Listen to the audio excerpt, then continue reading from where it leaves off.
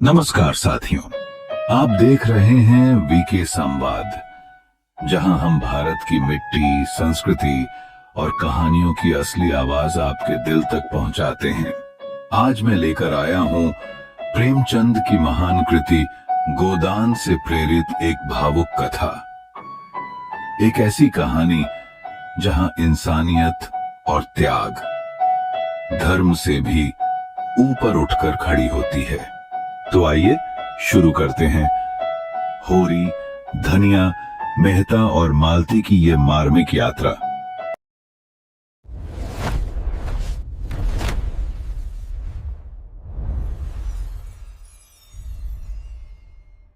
गोदान, भाग 1, आरंभ और सपना।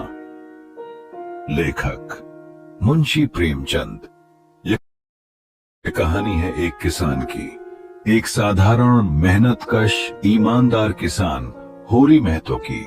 उसका सपना छोटा था, पर उस सपने में उसकी पूरी दुनिया बसी थी। एक गाय का सपना।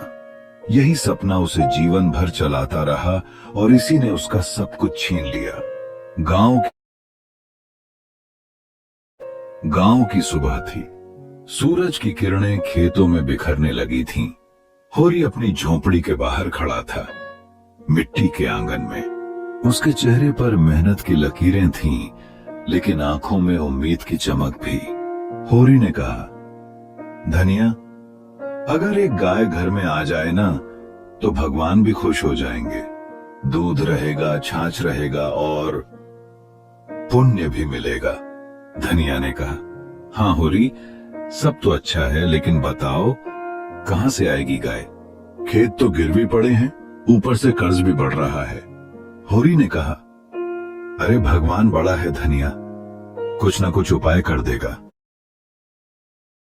होरी के लिए गाय केवल एक जानवर नहीं थी, वह उसकी आस्था थी, उसका धर्म था, उसका गर्व था। धनिया ने कहा, हर दिन यही बात होरी, कभी अपनी देनदारी का भी सोच लिया करो। 3 महाजन सिर पर सवार हैं। होरी ने कहा, धनिया, ईमानदारी से मेहनत कर रहा हूं, भगवान की मर्जी होगी तो सब ठीक हो जाएगा। यही था होरी, मेहनती मगर भोला। उसे विश्वास था कि ईमानदारी ही सबसे बड़ा पूंजी है, लेकिन दुनिया की सच्चाई कुछ और ही थी। भाई हीरा और गोबर का मतभेद। हीरा ने कहा, भैया, अब कब तक इस खेत को गिरवी रखोगे? थोड़ा सोचो भी। होरी ने कहा, हीरा, जमीन हमारी इज्जत है, अगर उसे छोड़ दूं तो क्या रह जाएगा हमारे पास? हीरा ने कहा, इज्जत पेट में नहीं जाती भैया, पहले पेट भर लो, फिर धर्म की बात करना। हीरा कठोर था पर गलत नहीं था। गरीबी ने उसे व्यवहारिक बना दिया था, और होरी, वो अभी भी अपने सपनों में जी रहा था। और फिर एक दिन, जैसे भगवान ने उसकी सुन ली, राय साहब के नौकर भोलानाथ ने कहा कि एक विधवा अपनी गाय बेचना चाहती है। होरी की आंखें चमक उठीं। यह वही दिन था जिसका वह वर्षों से इंतजार कर रहा था। होरी ने कहा, सच कहता है भोलानाथ, गाय हमारी होगी, अब भगवान का घर बस जाएगा। धनिया ने कहा, पैसे कहां से लाओगे होरी? होरी ने कहा, राय साहब से थोड़े उधार मांग लूंगा, बस ये एक बार गाय आ जाए तो सब ठीक हो जाएगा। और उस रात जब गाय आंगन में बंधी, होरी की आंखों में आंसू थे, खुशी के आंसू। उसने गाय के पैरों में जल चढ़ाया, माथे पर तिलक लगाया, जैसे कोई देवी घर आई हो। पर किस्मत को कुछ और मंजूर था। गाय भले पवित्र थी, पर उसके साथ आई लालच, झगड़ा और दुर्भाग्य। हीरा ने कहा, भैया, ये गाय तो हमारे हिस्से की जमीन से खरीदी गई है, हक हमारा भी है। धनिया ने कहा, तुम्हारा हिस्सा कब बांटा गया था? मेहनत तो होरी की लगती है। हीरा ने कहा, तुम्हारी जबान बहुत चलती है धनिया, और सुन लो, मैं अब अलग रहूंगा। और इस तरह एक गाय के कारण परिवार टूट गया। होरी के सपने की पहली दरार वहीं पड़ी। गांव की रात थी। होरी चुपचाप आंगन में बैठा था। गाय उसके पास थी। वह उसके माथे को सहला रहा था, जैसे अपने टूटे सपने को सहला रहा हो। होरी ने कहा, गाय आ तो गई, लेकिन सुख नहीं आया धनिया। लगता है भगवान की परीक्षा अभी बाकी है। धनिया ने कहा, होरी तुम चिंता मत करो, जो भी होगा हम साथ झेलेंगे। और यूं ही उम्मीद, आस्था और संघर्ष की डोर में बंधा एक किसान आगे बढ़ता गया, एक ऐसे रास्ते पर जहां सुख की जगह संघर्ष था और हर सांस में गोदान का सपना। यह कहानी अब आगे बढ़ती है, जहां एक गरीब किसान का सपना समाज की कठोर सच्चाइयों से टकराता है। गाय के आने से शुरू हुआ सुख का सपना अब टूटने लगा है, पर होरी अभी भी विश्वास रखता है कि ईमानदारी ही उसका सबसे बड़ा धन है। गांव की गलियों में धीरे धीरे फुसफुसाहट फैलने लगी थी। लोग कह रहे थे कि होरी का बेटा गोबर और मुसद्दी की विधवा बहू झुनिया दोनों साथ भाग गए हैं। धनिया ने कहा, हे भगवान, अब कौन मुंह दिखाएगा गांव में। होरी ने कहा, लड़के की उम्र है धनिया, समझ नहीं है, लेकिन झुनिया तो हमारी बेटी जैसी थी। गांव के लोग दरवाजे पर इकट्ठा होने लगे। सबकी जुबान पर एक ही सवाल था, अब पंचायत में क्या होगा। पंचायत बुलाई गई। गांव के बड़े बुजुर्ग, पंडित और महाजन सब जमा हुए। होरी का सिर झुका हुआ था। धनिया की आंखों में आंसू थे। पंडित ने कहा, होरी तुम्हारे बेटे ने बड़ा अपमान किया है, समाज का नियम तोड़ दिया है, अब तुम्हें प्रायश्चित करना होगा। होरी ने कहा, पंडित जी, गलती बेटे की है, सजा मुझे क्यों। राय साहब ने कहा, समाज की इज्जत सबकी होती है, झुनिया को अपनाना पड़ेगा या गांव छोड़ना पड़ेगा। होरी चुप रहा। उसके लिए झुनिया भी बेटी समान थी, पर समाज की दीवारें ऊंची थीं और इंसान छोटा। कुछ दिनों बाद झुनिया अकेली लौट आई। उसके चेहरे पर शर्म नहीं, साहस था। झुनिया ने कहा, गोबर तो भाग गया शहर, पर मैं यहां रहकर सबको दिखाऊंगी कि औरत कोई बोझ नहीं होती। धनिया ने कहा, बेटी, जो भी हुआ अब तू हमारे साथ है, हम तुझे अपनाते हैं। गांव वाले बुराई करते रहे, पर धनिया और होरी ने उसका साथ नहीं छोड़ा। उनके घर अब दो और मुंह जुड़ गए, पर दिल में एक नई ताकत भी आ गई। होरी का खेत अब आधा महाजन के कब्जे में था। ब्याज पर ब्याज चढ़ता गया। होरी ने कहा, कब तक ये कर्ज उतारेंगे धनिया, मेहनत करते करते भी सिर ऊंचा नहीं होता। धनिया ने कहा, गरीब का कर्म ही उसकी सजा है होरी, पर जब तक सांस है मेहनत जारी रहेगी। गांव का महाजन, पंडित और पुलिस सबने होरी की ईमानदारी का फायदा उठाया, पर होरी ने रिश्वत नहीं दी, झूठ नहीं बोला, शहर से गोबर लौट आया। अब वह बदला हुआ था, मन में समाज के प्रति का गुस्सा, आंखों में आग। गोबर ने कहा, बापू, अब मैं खेत में हल नहीं चलाऊंगा, मैं शहर जाऊंगा, काम करूंगा और सबका हिसाब चुकाऊंगा। होरी ने कहा, बेटा, जमीन छोड़कर जाओगे तो पहचान भी छोड़ दोगे। गोबर ने कहा, जमीन नहीं, इज्जत चाहिए बापू, वो इज्जत जो गरीब से छीनी जाती है। होरी के दिल में कुछ टूटा, पर उसे बेटे के शब्दों में सच्चाई नजर आई। पंडित फिर आए, इस बार गाय के नाम पर दान मांगने। पंडित ने कहा, होरी, अगर तुझे मोक्ष चाहिए तो एक गोदान कर दे, इससे तेरे पाप धुल जाएंगे। होरी ने कहा, पंडित जी, पेट में अनाज नहीं, शरीर में दम नहीं, पर धर्म छोड़ नहीं सकता। अगर यही मुक्ति का रास्ता है तो ठीक। धनिया चुप थी। उसने बस इतना कहा, अगर गाय ही देनी है तो इस गरीब की हड्डियां भी ले लो पंडित जी। पंडित चले गए, पर उस दिन होरी और धनिया के मन में धर्म का असली चेहरा खुल गया। गांव की रात थी। घर के बाहर सन्नाटा था। दूर कहीं बच्चे रो रहे थे। हवा में भूख की कराह थी। धनिया ने कहा, होरी क्या यही जीवन है गरीब का? बस संघर्ष, ताने और दर्द। होरी ने कहा, हाँ धनिया, यही गोदान है हमारा, दूसरों के सुख के लिए खुद को अर्पित कर देना। धीरे धीरे आकाश में चांद ढलने लगा। होरी की आंखों में शांति थी, जैसे उसे अपने संघर्ष का अर्थ मिल गया हो। गोदान भाग 3, शहर की दौड़ और टूटता मनुष्य। लेखक मुंशी प्रेमचंद। यह भाग गांव से शहर की ओर बढ़ती कहानी का प्रतीक है, जहां एक ओर गांव का ईमानदार किसान अपने धर्म और कर्म में बंधा है, वहीं शहर का शिक्षित वर्ग आधुनिकता की दौड़ में इंसानियत भूलता जा रहा है। शहर की सड़कों पर मोटरें दौड़ रही थीं, ऊंची हवेलियां, सूट बूट वाले लोग और दिखावे की जिंदगी। मेहता ने कहा, इस देश की जड़ें कमजोर हैं क्योंकि लोग सोचते नहीं, बस परंपरा में जीते हैं। मालती ने कहा, परंपरा ही पहचान है मेहता जी, अगर वो न रहे तो इंसान मशीन बन जाएगा।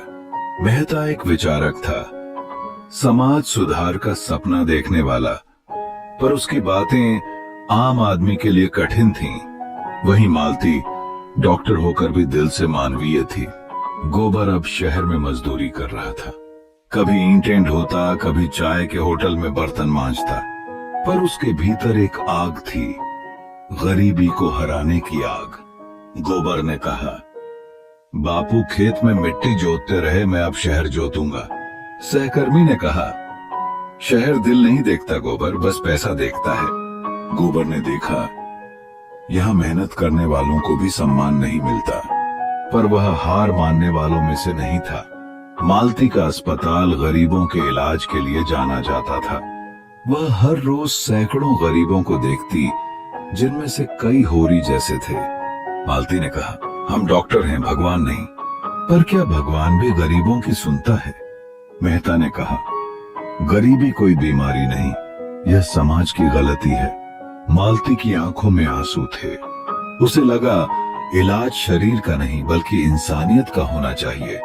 राय साहब अपने महल में अखबार पढ़ रहे थे। बाहर लोग भूखे थे, पर अंदर पार्टी की तैयारी चल रही थी। राय साहब ने कहा, देश में सब अच्छा चल रहा है, बस कुछ लोग शिकायतें करते हैं। मेहता ने कहा, आपका अच्छा चल रहा है राय साहब, लेकिन गांवों में लोग भूख से मर रहे हैं। राय साहब ने कहा, हर कोई अपनी किस्मत लेकर आता है, गरीब होना भी एक आदत है। मेहता चुप हो गया। उसे लगा, शहर की दीवारें अब इंसानियत से ऊंची हो गई हैं। गांव में होरी का शरीर कमजोर पड़ चुका था, कर्ज बढ़ गया, खेत सूख गए और परिवार टूटा जा रहा था।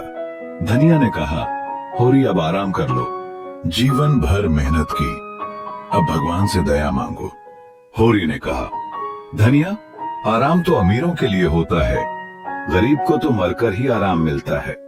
धीरे धीरे उसकी सांसें कमजोर होती जा रही थीं, पर मन में अब भी एक ही इच्छा थी, एक सच्चा गोदान करने की। शहर में मेहता अपने विचारों में डूबा था और गांव में होरी अपने आखिरी संघर्ष में।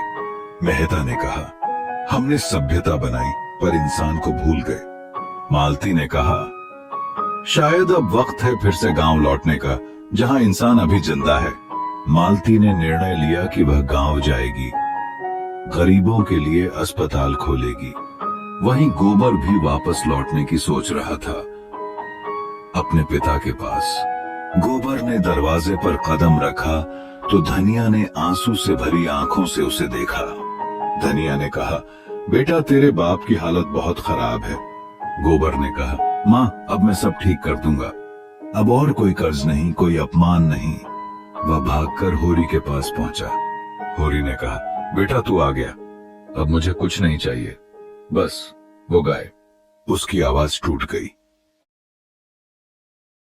गोदान भाग 4, अंतिम बलिदान।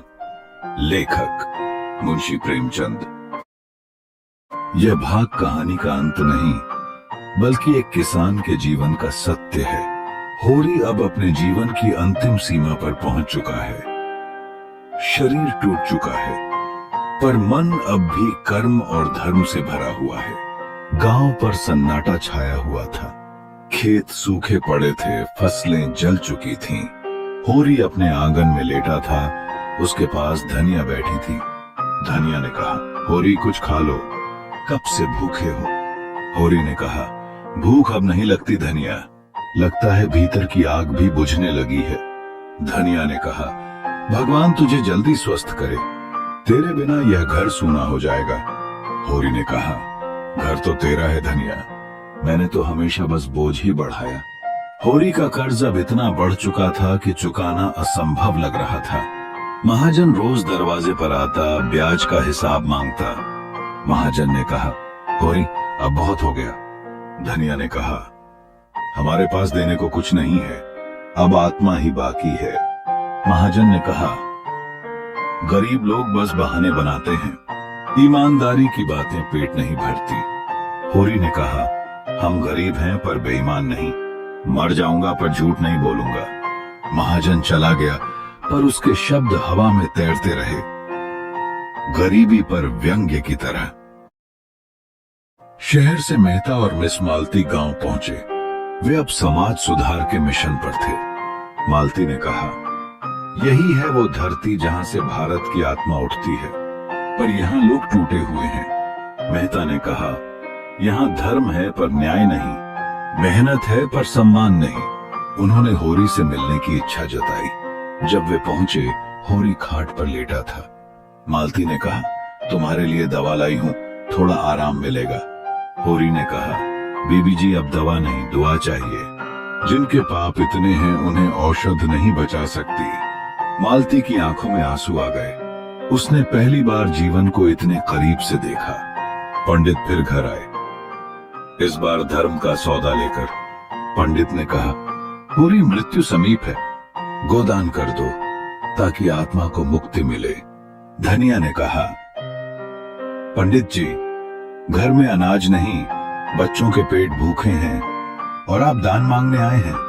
पंडित ने कहा, यह धर्म का नियम है, जो मृत्यु से पहले गाय दान करता है उसे स्वर्ग मिलता है। होरी ने कहा, अगर यही धर्म है तो मैं भी उसे निभाऊंगा, पर मेरे पास गाय नहीं है, क्या इच्छा का दान चलेगा? पंडित ने कहा, मन से दान नहीं होता होरी, कर्म से होता है।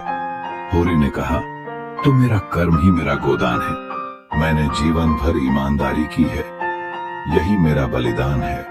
पंडित चुप हो गया। उस क्षण धर्म हार गया और मानवता जीत गई। रात गहरी थी, आकाश में तारे टिमटिमा रहे थे, हवा में ठंडक और शांति थी। धनिया ने दीपक जलाया और होरी के पास बैठी रही। धनिया ने कहा, होरी बोलो, कुछ चाहिए तुम्हें?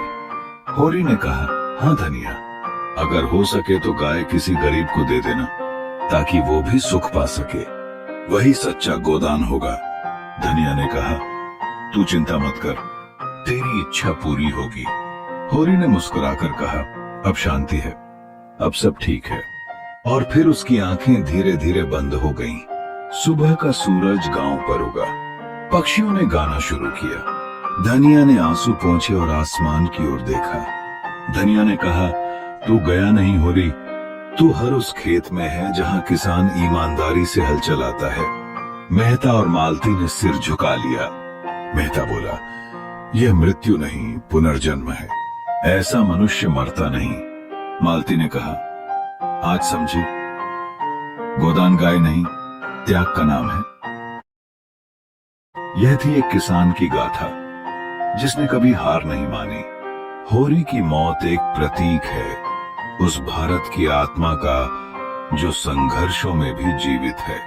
गोदान केवल उपन्यास नहीं, बल्कि उस मिट्टी की आवाज है जहां ईमानदारी और प्रेम आज भी सबसे बड़ी पूंजी हैं।